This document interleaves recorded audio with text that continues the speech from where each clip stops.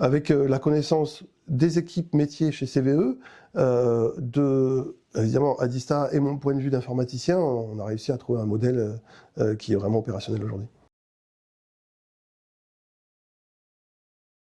Donc, je suis Michel de Suzanne, je suis responsable infrastructure, système réseau et cybersécurité et je suis arrivé en 2021 chez CVE. Une société productrice d'énergie renouvelable. On fait du photovoltaïque en France, aux États-Unis et au Chili. On a actuellement 612 centrales en exploitation. On fait aussi de la méthanisation. On a 10 centrales aujourd'hui en production. On est donc 320 collaborateurs en France, 530 dans le monde entier.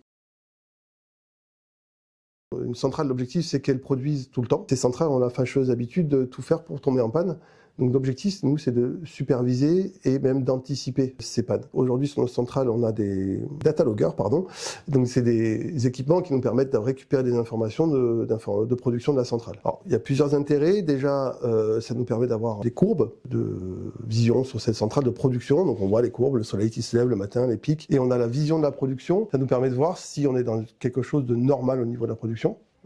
Et si jamais il y a un défaut, peut-être un panneau en panne, un onduleur en panne ou quoi que ce soit, eh ben on a l'information, il y a une panne, ça nous permet d'envoyer une intervention très rapidement et de régler la panne très rapidement afin de retrouver des niveaux de production normaux. Quand je suis arrivé sur la partie OT, j'ai vu que mes collègues chefs de projet étaient bien isolés sur ce sujet-là, le sujet des télécoms et de la cybersécurité.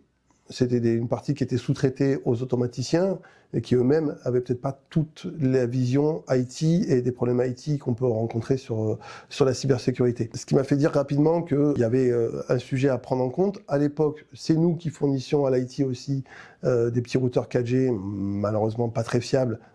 Gros avantage, ils n'étaient pas chers, mais on avait le prix de ce qu'on payait. Et du coup, cette fiabilité commençait à causer problème.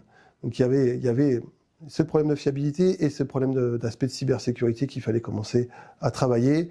Le fait que mes équipes étaient aussi pas taillées pour pouvoir répondre dans les délais aux besoins de l'exploitation qui étaient grandissants. L'objectif de tout ça aussi, c'est de commencer à mettre les premières briques de mise en conformité par rapport à NIS 2. En tant que producteur d'énergie, on est soumis à NIS 2. On est obligé de monter le niveau de cybersécurité sur ces centrales et c'est l'occasion de faire d'une pierre deux coups, fiabiliser les liens, et y amener de la cybersécurité, être capable de gérer les flux et maîtriser nos équipements sur les centrales. On a des problématiques d'heures négatives aussi. Ce qu'il faut savoir, c'est qu'effectivement, il y a des moments où le réseau est trop chargé et où RTE, donc le gestionnaire du réseau, nous demande de ne pas injecter d'énergie. Sinon, au lieu que l'énergie nous soit payée, c'est nous qui payons les heures négatives. Très important pour nous que ce soit maîtrisé, parce que les coûts peuvent être très importants derrière. Donc il faut qu'on ait toujours la main sur la centrale pour être en capacité de la découpler.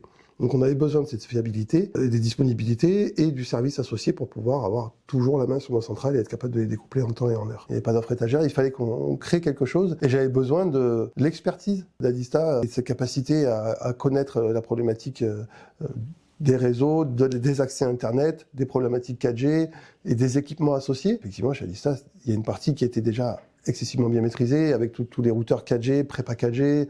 Ils avaient une partie quand même de l'offre qui existait. Par contre, il y avait toute une autre partie où il a fallu qu'on utilise un peu de matière grise des deux côtés. Et là, j'ai trouvé totalement des compétences pour répondre à tous ces sujets-là.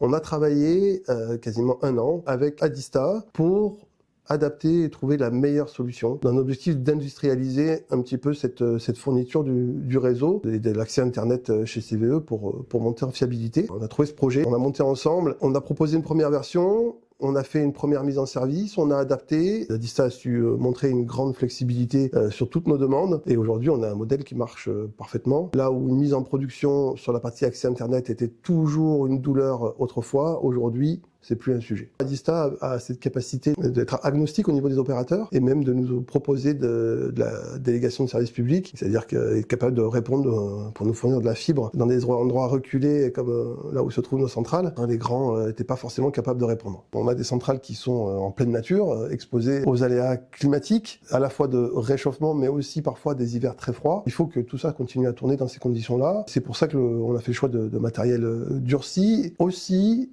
dans le sens où ce matériel du SI a une capacité à être alimenté en continu, 24 volts continu, et il se trouve qu'on produit de l'énergie continue avec les panneaux et qu'on est capable de la fournir en autonomie. Donc ça aussi, pour la disponibilité, c'était un point important pour nous, que ces équipements soient capables d'être alimentés avec des technologies de l'industrie et du monde industriel. Avec la connaissance des équipes métiers chez CVE, évidemment, Adista et mon point de vue d'informaticien, on a réussi à trouver un modèle qui est vraiment opérationnel aujourd'hui. L'année dernière, on a livré une dizaine de baies dans l'année, donc un rythme quand même assez intense, sont toutes en production, et le modèle étant positif, on va rétrofiter, comme on dit, donc modifier toutes nos centrales existantes, donc il y a 40 centrales à faire sur les 2 ans à venir. On en fait une dizaine cette année, on aura pareil bien rodé ce modèle de rétrofit. Alors rétrofit, c'est des enjeux qui sont différents d'une mise en prod, parce qu'il faut prendre en compte le contexte, l'existant, et parfois même des centrales qu'on a rachetées, donc qui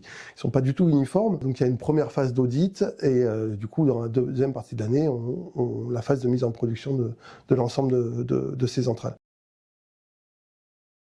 Aujourd'hui, grâce à Adista, je dirais que CVE a grandi sur sa cybersécurité et sur la fiabilité des connexions de ses centrales. Là où les interconnexions et la cybersécurité étaient un problème autrefois, ça n'en est plus un aujourd'hui. Je peux que inviter mes collègues dans la même situation à réfléchir à monter des modèles comme ça, à s'entourer des bons partenaires, parce qu'on est clairement dans un modèle qui nous permet d'être en gagnant-gagnant, et nous, d'être sereins par rapport aux nouvelles directives qui arrivent au quotidien, que ce soit effectivement, comme je disais, le pilotage par RTE ou NIS2, qui nous impose un niveau de cybersécurité plus important. RTE nous demande d'être capable de piloter les centrales à distance. C'est plus eux qui nous demandent d'arrêter les centrales, c'est eux qui vont directement arrêter la centrale. Là aussi, ça demande du coup cette nouvelle réglementation qui est sortie entre-temps, un grand niveau de disponibilité, et aujourd'hui, on est au rendez-vous grâce à la solution qu'on a montée avec Adista.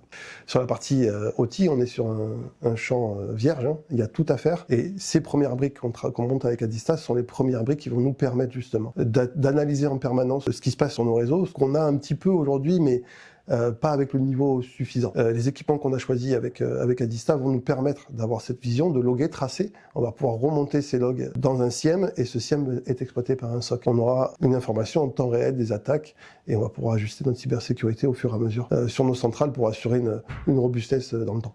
SOC d'Evensis, société sœur d'Adista. On a travaillé avec eux quand ce n'était pas encore le cas, mais du coup, aujourd'hui, effectivement, on n'a plus qu'un partenaire, en fait.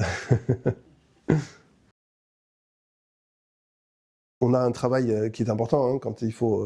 bon, déjà 10 centrales à sortir, c'était un vrai challenge, ça a été une réussite. J'en profite quand même pour remercier Julien déjà aussi de tout l'investissement qu'il a pu y mettre sur la construction, mais aussi notre chef de projet. La réussite du projet, on peut lui donner cette réussite du projet parce qu'il y a donné énormément de temps, énormément d'investissement. Aujourd'hui, effectivement, on a encore une réunion ce matin avec Adista de suivi des futurs chantiers, des chantiers qui sont en phase de finalisation. On se voit tous les 15 jours encore aujourd'hui, hein, parce qu'on a une grosse actualité. Il y a aussi un point tous les autres 15 jours avec chacun des chefs de projet qui pilotent les centrales pour suivre l'actualité, où on en est. La formule qu'a choisie notre chef de projet, c'est des flashs de 15 minutes tous les 15 jours, donc avec les chefs de projet, et franchement c'est ultra efficace, ultra productif. C'est vraiment, on en est où, la problématique, on en est où, comment on l'a traité, ces flashs, c'est à la fois gain de temps pour les chefs de projet chez nous, mais aussi chez Adista. Ça permet en 15 minutes tous les 15 jours d'avoir une vision flash de où on en est du projet. C'est vraiment une formule qui fonctionne aujourd'hui, vraiment.